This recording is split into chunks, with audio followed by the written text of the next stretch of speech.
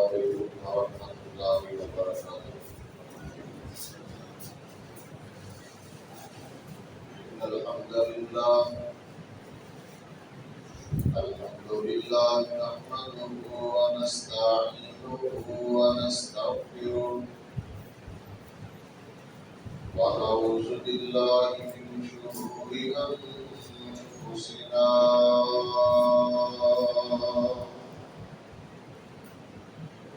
ومن سیئات أعمالنا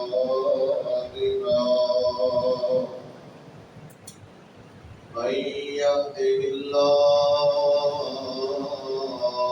فلا مضل له ومن يضلله فلا هادي له وأشهد أن لا إله إلا الله وحده لا شريك له وأشهد أن محمدا عبده ورسوله أما بعد فإن خير الحديث كتاب الله وخير الهدي هدي محمد صلى الله عليه وسلم وشر الأمور محدثاتها وكل محدثة بدعة وكل بدعة ضلالة وكل ضلالة في النار.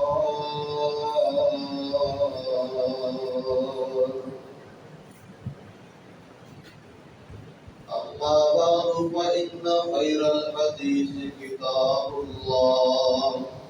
وخير الهدي هدي محمد صلى الله عليه وسلم وشر الأمور محدثاتها وكل محدثة بدعة وكل بدعة ضلالة وكل ضلالة في النار. اللهم صل على محمد وعلى آل محمد كما صليت على إبراهيم وعلى آل إبراهيم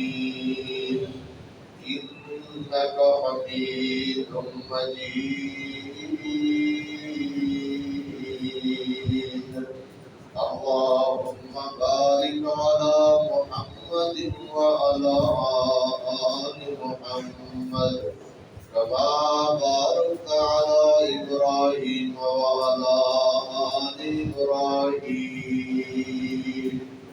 إنك حميد مجيد.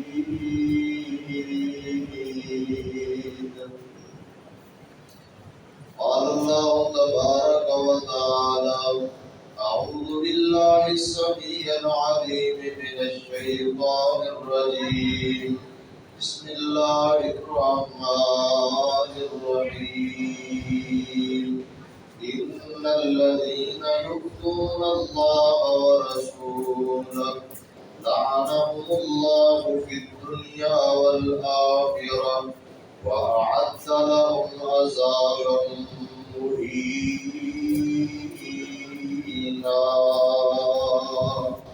رب اشرح لي صدري ويسر لي أمري واحلل عقدة من لساني يفقهوا قولي. رب زدني علما رب زدني فهما. سبحانك لا علم لنا إلا ما علمتنا إنك أنت العليم الحكيم.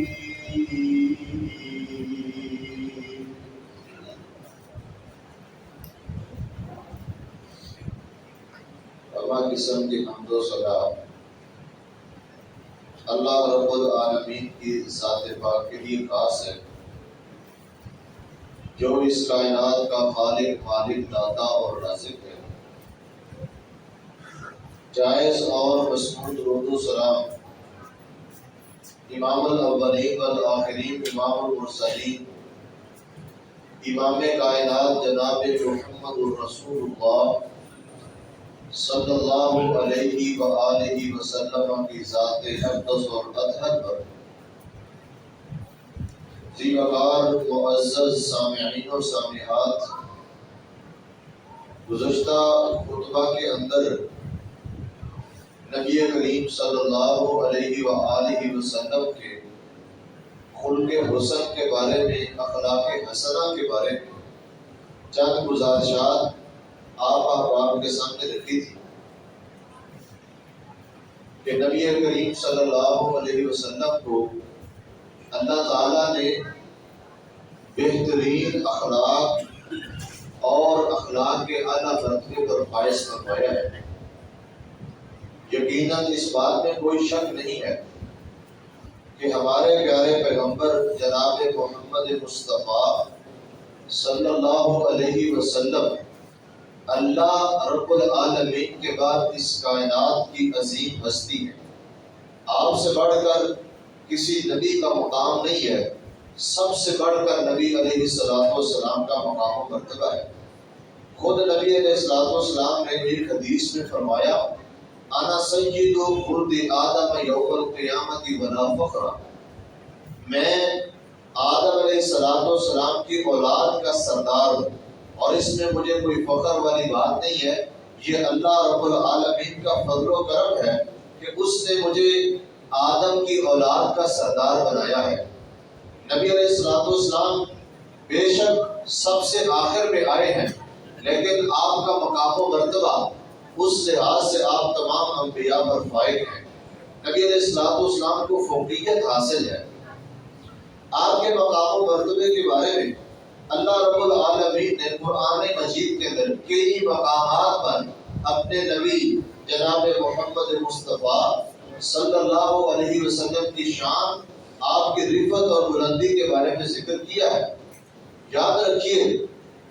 نبی کریم صلی اللہ علیہ وسلم بچپن سے ہی بڑی اعلیٰ خوبیوں اور اعلیٰ آداب کے مالک تھے، جس کو دیکھ کر آپ علیہ السلام کے رشتہ دار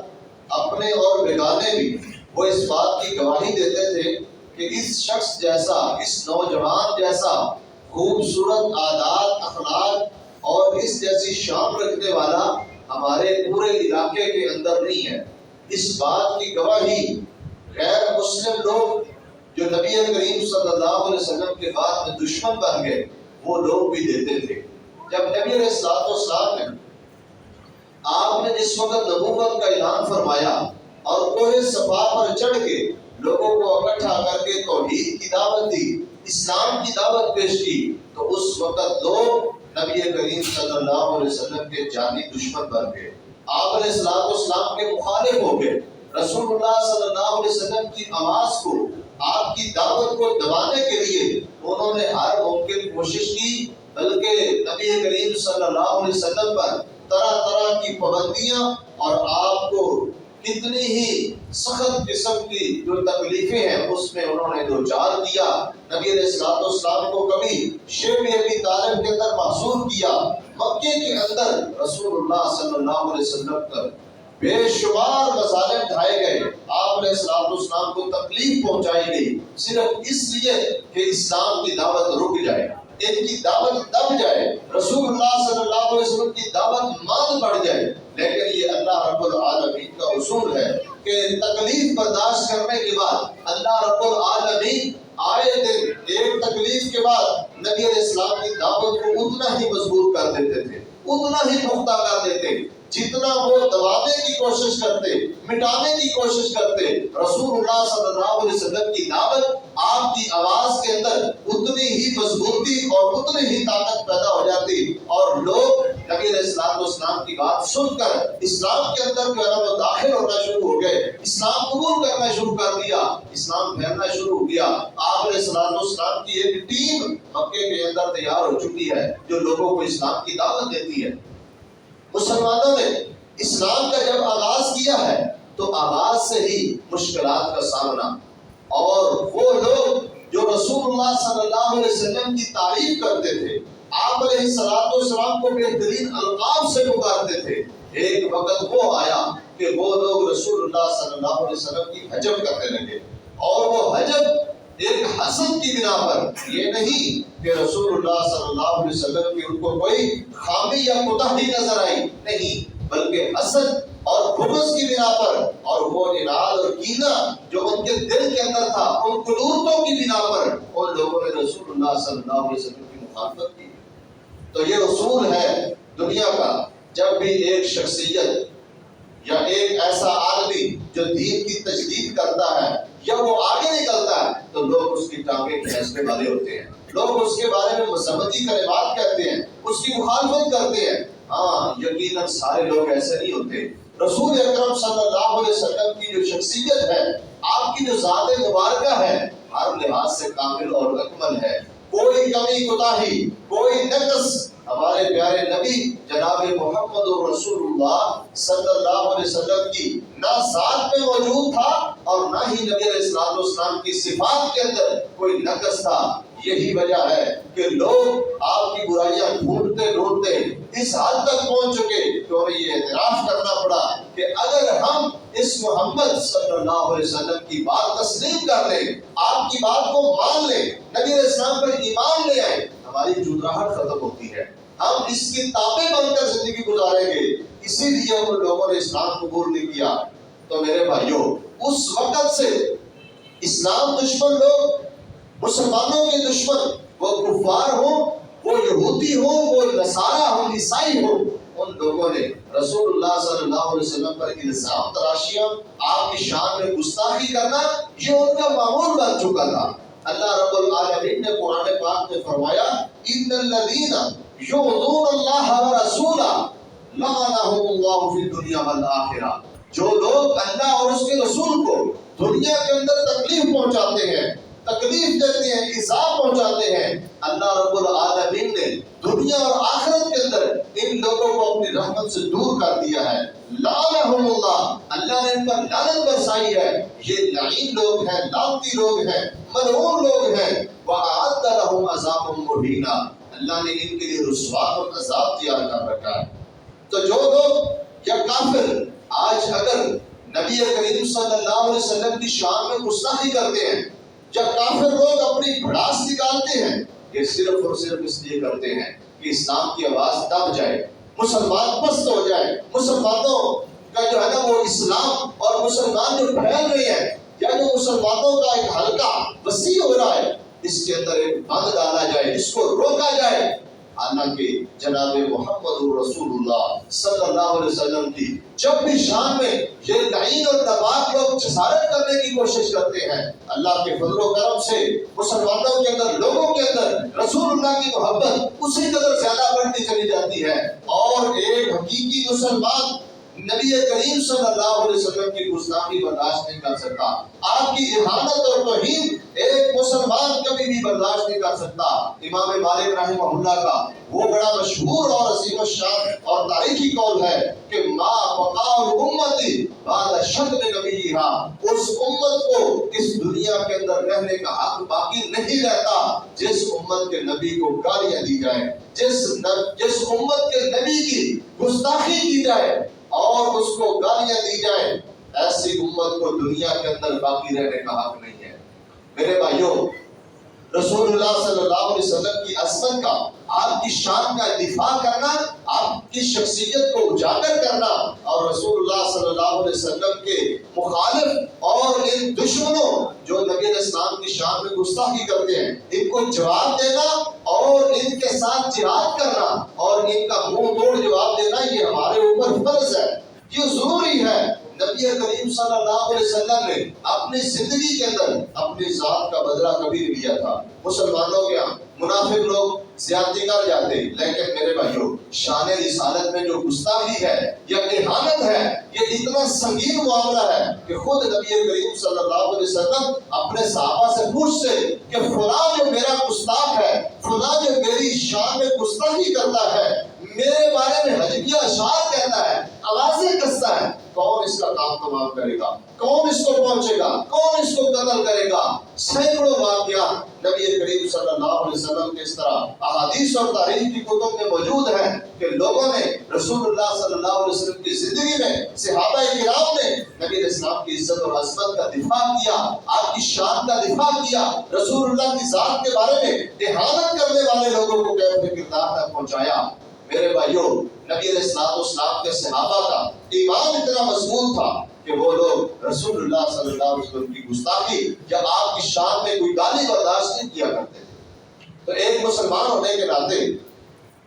اور ایک ایمان کی علامت ہونے کے ناطے اور ایک مومن کہلانے کے ناطے ہمارے اوپر بھی فرض ہے کہ ہم نبی کریم صلی اللہ علیہ وسلم کی شان اور عظمت کا اس قدر زیادہ پرچار کریں اور اپنے نبی کی ناموس اور آپ کی عزت اور عظمت پر کٹ مریں، اور ہمارا یہی جذبہ ہونا چاہیے، یہی ہمارا ایمان ہونا چاہیے، اور ایسے لوگوں کا پوری طرح بائیکاٹ کرنا چاہیے۔ الحب للہ والبغض فی اللہ، اس کا تقاضا یہ ہے ایسے لوگوں سے نفرت کی جائے، ایسے لوگوں کے ساتھ بائیکاٹ کیا جائے، ہر طرح سے ان لوگوں کو پس پشت ڈالا جائے۔ لیکن آج ہماری حالت اس کے جو ہے نا وہ برعکس نظر آتی ہے۔ وہ جو ایمانی غیرت ایک مسلمان کے اندر ہونی چاہیے اور جو مسلم امت کے اندر ہونی چاہیے، آج وہ نظر نہیں آتی۔ یہاں پر وہ ممالک اور وہ مملکتیں وہ دار کے حقدار ہیں جنہوں نے جناب ہندوستان کا بائیکاٹ کیا، ان کی مصنوعات کا بائیکاٹ کیا، اور ان کے سفارتکاروں کا جو ہے وہ سفیروں کا بائیکاٹ کیا، اور اسی طرح ان لوگوں نے اپنا احتجاج ریکارڈ کروایا جس کی وجہ سے ان لانتیوں کو اپنے گھٹنے ٹیکنے پڑ گئے ہیں۔ یقیناً وہ داد کے مستحق ہیں، لیکن میرے بھائیوں، باقی امت مسلمہ کہاں سو رہی ہے؟ کیا صرف اور صرف ایک دو مذمتی لفظ کہہ دینے سے رسول اللہ صلی اللہ علیہ وسلم کی عزت اور عظمت کا دفاع ہو جاتا ہے؟ یا صرف یہ کہنے سے کہ یا کوئی قرارداد منظور کر دینے سے نبی کی حرمت کا دفاع ہو گیا ہے؟ نہیں میرے بھائیوں، عملی اقدام کی ضرورت ہے، عمل کی ضرورت ہے، عملی طور پر ایسے لوگوں کے ساتھ نمٹنے کی ضرورت ہے، اور ایسے لوگوں کا پوری طرح بھرپور طریقے سے جواب دینے کی ضرورت ہے۔ وگرنہ مذمتیں یہ تو بزدلی کی صرف علامت ہے کہ انسان صرف دل سے مذمت کر لے، بس ایسا نہیں ہے۔ نبی علیہ السلام کے صحابہ کتنا جوش اور جذبہ، سنن نبی داؤد کی روایت ہے، سیدنا علی رضی اللہ تعالیٰ عنہ فرماتے ہیں اگر ہم صحابہ کرام کے واقعات دیکھیں تو نبی علیہ السلام کو جو لوگ گالیاں دیتے یا آپ علیہ السلام کی شان میں گستاخانہ قصیدے پڑھتے تھے، صحابہ کرام اس وقت کے مسلمان جو تھے وہ نبی علیہ السلام کی شان میں گستاخی کو برداشت نہیں کرتے تھے، تیار ہو جاتے تھے۔ کوئی یہ ذمہ لے لیتا، اللہ کے نبی جب تک میں آپ کے گستاخ کو قتل نہیں کر لیتا، اس کی گردن جو ہے وہ اس کے جو ہے وہ تن سے جدا نہیں کر دیتا، اس وقت تک میں آرام اور سکون سے نہیں بیٹھوں گا۔ کوئی صحابہ نظر مان لیتے اور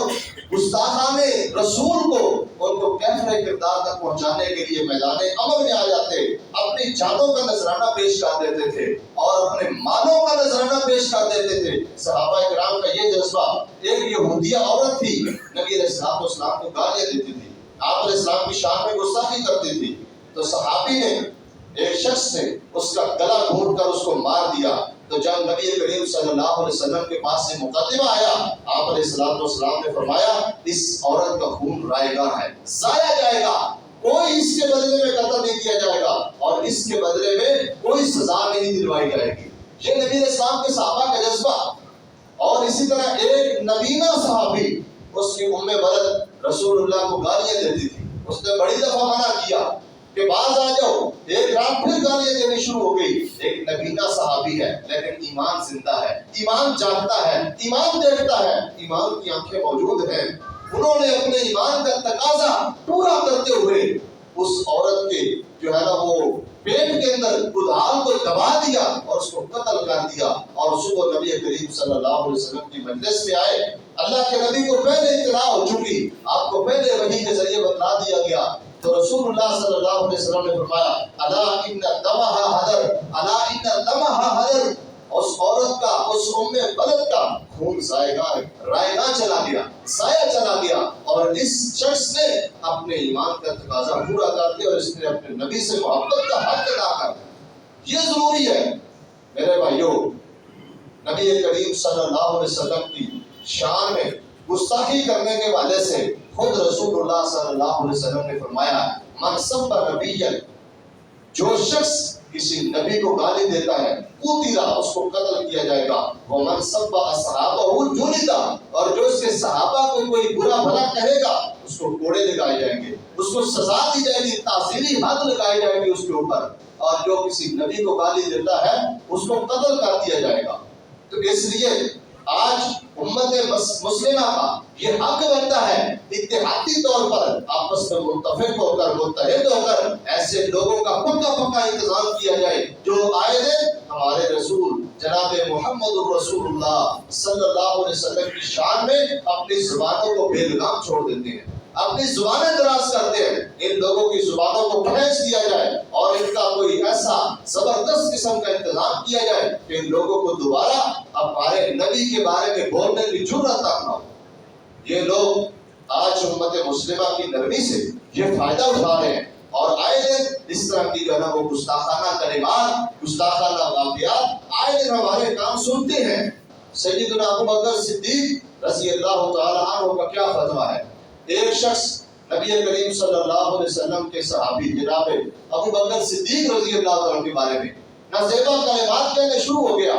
سیدنا ابو بکر سن رہے ہیں، خاموشی اختیار کی۔ پاس بیٹھا ہوا ایک شخص حضرت ابو بکر صدیق سے اجازت طلب کرتا ہے کہ صحابی رسول مجھے اجازت دیجیے میں اس شخص کی گردن اڑا دوں۔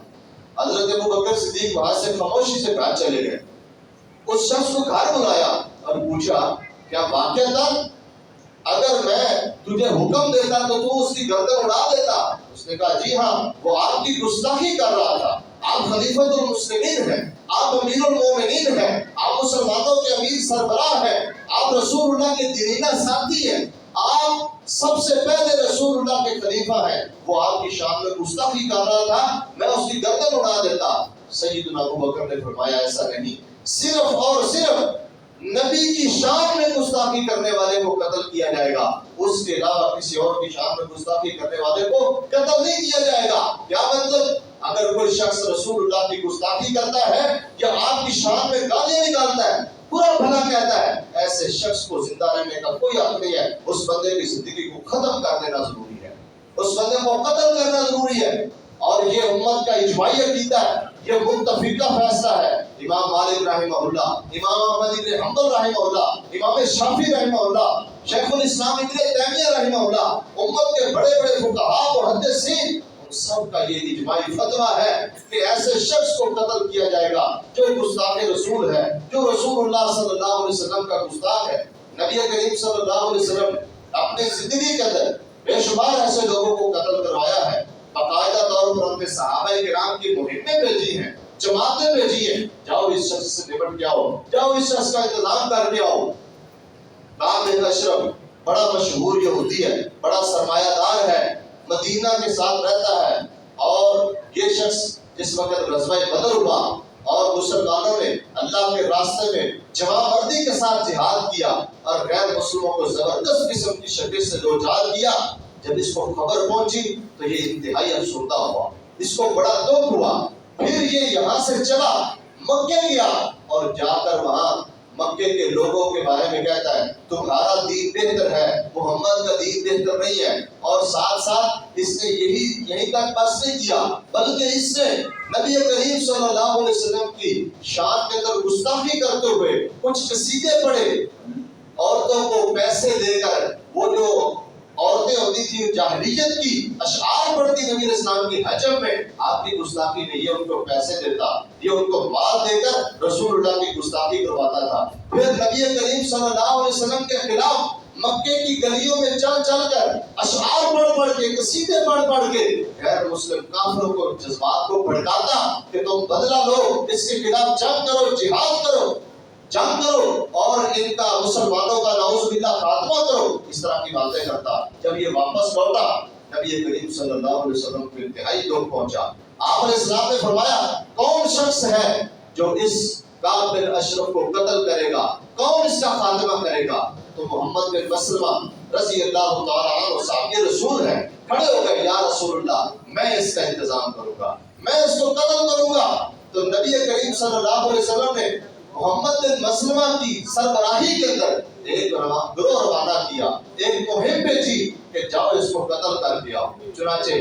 عبد محمد بن مسلمہ رضی اللہ تعالیٰ عنہ اپنی قیادت میں کچھ لوگ لے کر رات کو باہر نکلے، اور جناب بڑے طریقے سے جا کر اور بڑی حکمت عملی سے اس شخص کو اپنے اعتماد میں لیا، اور اس کو پکڑ کر اور اپنے ساتھیوں کو یہ کہا کہ میں اس شخص کو پکڑوں گا، اس کا سر سونگنے کی خاطر میں یہ کہوں گا کہ تو نے بڑی اعلیٰ قسم کی خوشبو لگا رکھی ہے، مجھے ذرا اپنے سر سونگنے کی اجازت دے۔ تو جب میں اس کا سر سونگوں گا، اس کو زور سے پکڑ لوں گا، تو انہیں اس پر حملہ کر کے اس کو قتل کر دینا ہے۔ صحابہ کرام نے اس شخص کو قتل کر دیا اور اس کا سر رسول اللہ صلی اللہ علیہ وسلم کے دربار میں پیش کر دیا۔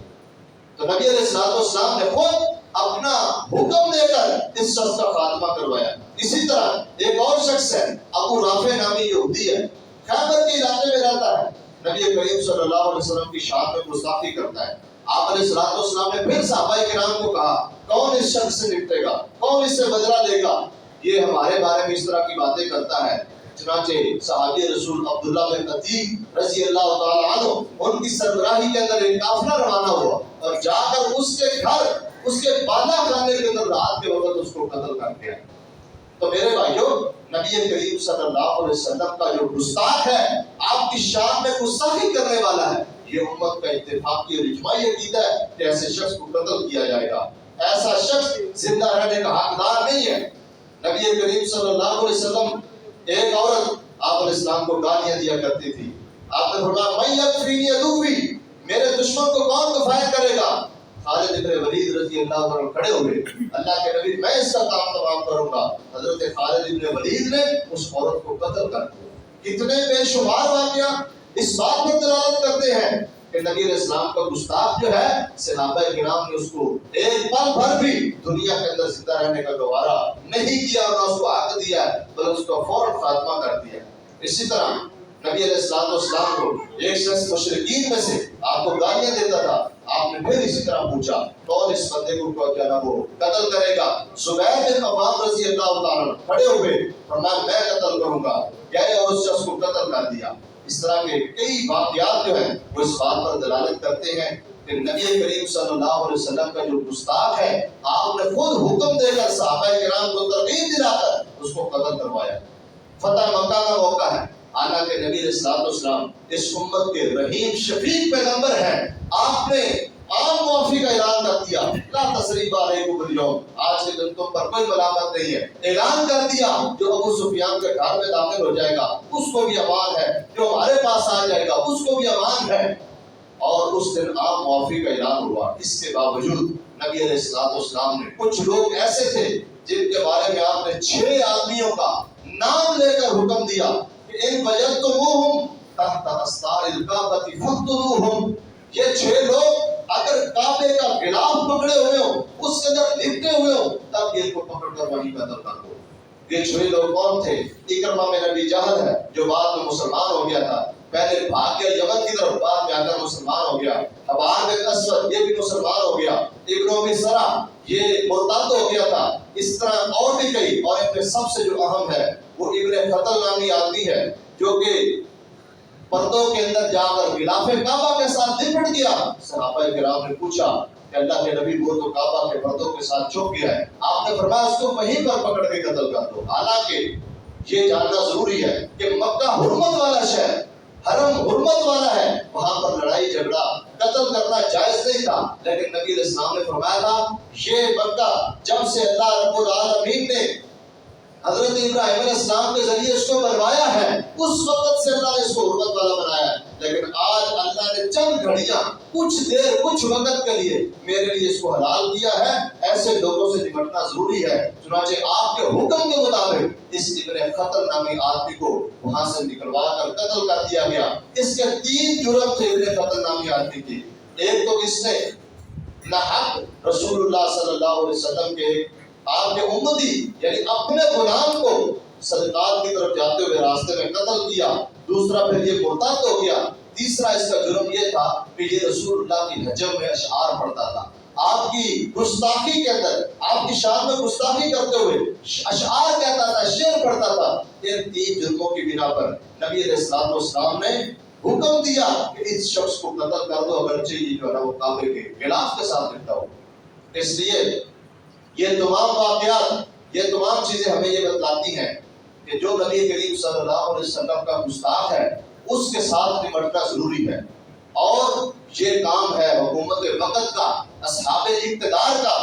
اگر ہماری حکومتیں یا ہمارے اصحاب اقتدار اس طرح کا کوئی عملی اور مضبوط قدم نہیں اٹھاتے تو پھر یہ جذبات جب عوام کے اندر آتے ہیں، آئے دن کوئی نہ کوئی جزوی واقعہ پیش آ جاتا ہے اور پھر ایک بہت بڑا افراتفری پھیل جاتی ہے۔ اگر یہی اسلامی ممالک اور اسلامی حکومت اس کا ایک قانونی شکل میں ایک وہ قانون بنائے اور اس کے مطابق جو کفار سے نمٹے تاکہ ان مسلمانوں کے جذبات کو ٹھیس بھی نہ پہنچے اور جزوی طور پر ان کو کوئی قدم بھی نہ اٹھانا پڑے۔ اور یہ ہماری حکومت وقت کی ذمہ داری ہے، یہ صاحب اقتدار کی ذمہ داری ہے۔ صرف مذمتیں اور صرف قراردادیں نہ پاس کی جائیں، یہ قراردادیں تو مذاق بن چکی ہیں، آئے دن مذمتی قرارداد منظور ہو جاتی ہے۔ یہ سب سے بڑا مذاق ہے مسلمانوں کے ساتھ، اور یہ مسلمانوں کے ساتھ ایک دھوکہ بھی ہے کہ صرف مذمتی قرارداد منظور کر لیں اور جناب چپ کروا دیں، کوئی مسلمان اب بات نہ کرے جی مذمت ہو چکی ہے یہی کافی ہے۔ نہیں میرے بھائیو، ایسے نہیں۔ یہ ہمارے اولو الامر کو یہ چاہیے، اگر اللہ نے اقتدار دیا ہے، اللہ نے طاقت دی ہے، قوت دی ہے، پھر ایک مؤثر آواز بنے اور پھر اس کی قانون سازی اور باقاعدہ طور پر عملی طور پر اس کا اقدام کرنا ضروری ہے۔ تو جب تک یہ نہیں ہوگا اس وقت تک ہمارا جو اسلام ہے وہ ایک نام نہاد اسلام ہے، وہ ایک ہماری جو مسلمانی ہے وہ نام تک محدود ہے۔ اس وقت تک ہمارے ایمان کے اندر وہ حلاوت، وہ غیرت، وہ حرارت موجود نہیں ہے۔ اگر ہمارا خون نہیں کھولتا یا ہم عملی کام کے لیے تیار نہیں ہوتے، اس وقت تک ہم اپنے آپ کو عاشق رسول جتنا مرضی کہتے پھریں، کوئی عشق رسول کا دعویٰ درست نہیں ہے، کوئی نبی کے امتی اور نبی کے فالوور ہونے کا دعویٰ درست نہیں ہے، جب تک اس کے بارے میں کوئی عملی قدم نہ اٹھایا جائے۔ نبی کریم صلی اللہ علیہ وسلم کا گستاخ، اللہ نے اس کا بڑا برا انجام کیا۔ ابو لہب آپ علیہ السلام کا مکے میں پڑوسی ہے، آپ علیہ السلام کی 2 بیٹیاں اس کے 2 بیٹوں کے گھر میں ہیں، اتنی گہری رشتہ داری، لیکن نبی علیہ السلام نے جب آپ نے کوہ صفا پر چڑھ کر اعلان کیا تو اس شخص نے نہ کہ صرف نبی علیہ السلام کو تکلیف پہنچائی یا آپ کا جواب دیا، بلکہ اپنے بیٹوں کو حکم دیا کہ نعوذ باللہ محمد صلی اللہ علیہ وسلم کی بیٹیوں کو طلاق دے دی جائے۔ تو وہ عتبہ عتیبہ انہوں نے طلاق دے دی، بعد میں ان کا بھی انجام بہت برا ہوا۔ یہ ابو لہب، اس کے بارے میں قرآن مجید کے اندر پوری ایک سورت نازل ہوئی، تبت یدا ابی لہب و تب۔ جب اس نے نبی علیہ السلام کی شان میں گستاخی کی، اللہ نے قرآن مجید کے اندر اپنے نبی کی عزت اور ناموس کا دفاع کیا، اپنے نبی کی حرمت کا دفاع کیا، آپ کی طرف سے جواب دیا